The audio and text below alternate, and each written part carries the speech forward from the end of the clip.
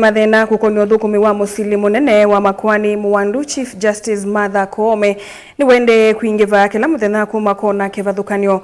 Muvia wa kuikiithya wiananu na withianu nthini wa maundu ma aki makoanini ma mwenenthi niwamuandikia Koome umukulitye avike vate kutia kikaloni kimwana cha nzama vamwe na makomishona angi kenda manzama ya kuungamia uthukumi muviani wa makoti JSC matuku miongweli na ana mwaini ukite kusungia mokyulio yulua mavaluku maki uthukumi muviani Benjamin mwake na mauvu.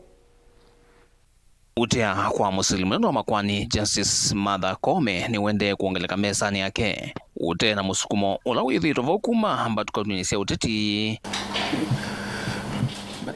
Muvia wa kutia wiananu nthini wa usili wa makoani ma mwenenthi yani ombusdman nuwongela makama vyomuti yani Hon Chief Justice Martha Koome Ombusdman ni eche kikalo kimwana matuku miongweli na mamwai ukite na miongweli na 5 mamwai osu vala Koome na makomishona angi kenda Muvia wa kuungamia usili wa makoani JSC mailo vikambiwa nzama kusungia makulyo umukulitye yulua mauvaluku ma uthukumi wa maofisa ma koti asili ma makoani na maofisa angi ukavani uvaluku lotumite maunthungulisyo maana monza mathumile kukonya usili muthuku makoanini kivathukanyo.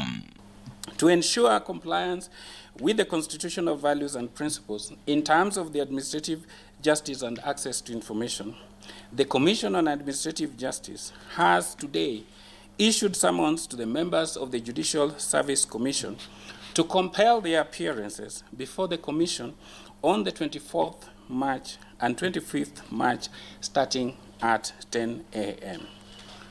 The Commission has specifically summoned the following members of the JSC: Hon Chief Justice Martha Koome, Hon Isaac Ruto, Hon Dorcas Oduor, Hon Justice Mohammed Ibrahim, Hon Justice Fatuma Shitale, Hon Justice Anthony Mrima,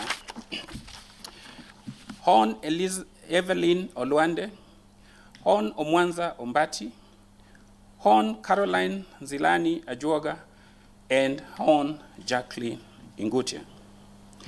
This unprecedented action stems from the failure by the JSC and the judiciary to comply with the directives of the Commission regarding the resolution and publication of the complaints of maladministration against judges, judicial officers, and the staff in the judiciary. Ombusdman weto netino akukulya JSC nengane uelesyo mutheu yulua makoani ukulyo nuna vuthi iwivyo na kuwete yewithia kinene kwa enenthi halama ende kuna maimanda ake.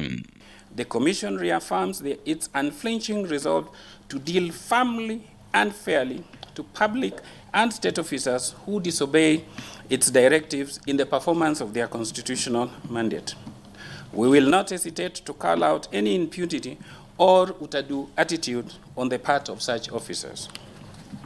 It should be noted that the Commission has in the recent past engaged the judiciary and the JSC regarding the resolution of the publication of such complaints. Since 2019 to date, the Commission has received over 700 complaints of maladministration against the judiciary, some of which have remained unsolved to date. Musukumo wa kumavetanga kuma wiani asilima makoani Supreme Court Heavy Justice Martha Koome withitwe ovo kwa ivinda oyu ateo nunambio kukuna break chumaneke ni court wa yolo.